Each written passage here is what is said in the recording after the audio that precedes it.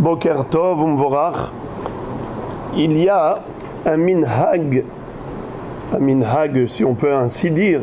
Je vois chez les Ashkenazim, ils sont beaucoup plus stricts que chez les Sfaradim par rapport à cela. Je parle en général. C'est se laver les mains avant la tfila. Le matin, quand on vient directement de la maison à la choule, on vient de faire Netilat Yadayim à la maison, donc c'est sûr qu'on a les mains propres et on est apte à procéder à la tefila. Mais l'après-midi, Minha, Arvit, eh bien, il est écrit dans le Shulchan Aruch qu'il faut se laver les mains. Je vous lis le Shulchan Aruch. Et c'est là où je dis que je vois chez les Ashkenazim, tout le monde passe d'abord au lavabo avant d'aller à la synagogue. Et nous, on a la chance d'avoir également un lavabo ici, juste à côté, à proximité de la synagogue. Et je pense que c'est une très très bonne coutume à adopter avant d'aller faire minha, d'aller se laver les mains. On n'a pas besoin de faire avec un keli, ni bracha, mais juste passer les mains sous l'eau et s'essuyer. Je vous lis le Shulchan Aruch à ce propos. Tzarich lirhotz yadav b'mayim im yeshlo. Il faut se laver les mains avec de l'eau s'il en a. Ve'im en lo, tzarich lachzor acharehem ad parsa. Et si il n'en a pas, eh bien il faut carrément aller les chercher à 4 km devant soi. Par exemple, je voyage.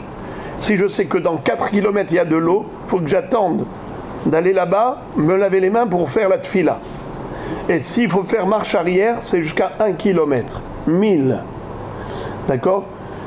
Et s'il a peur que le zman de la tfila va passer, il a peur que, ça y est, l'heure de la tfila va s'écouler, alors dans ce cas-là, il n'a pas besoin de se laver avec de l'eau, il peut s'essuyer les mains avec un mouchoir, avec toutes sortes de choses qui peuvent lui permettre de s'essuyer les mains.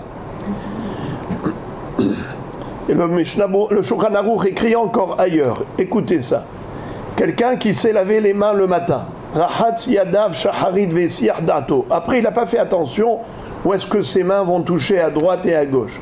Tzrichim netila litfila, il faut faire netilat yadayim pour la prière. Im yeshlo ma'im, afalpi she'eno yodea lahem shum lichluch, même si il n'est pas sûr qu'il s'est sali les mains, mais il n'est pas sûr non plus de ne pas être sali. Il n'a pas fait attention, peut-être oui, peut-être non. Alors il faut absolument se laver les mains sans bracha. Donc,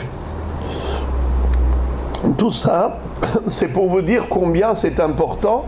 Le Rambam laisse entendre que carrément, celui qui ne sait pas laver les mains, sa prière, il n'est pas quitte de la prière.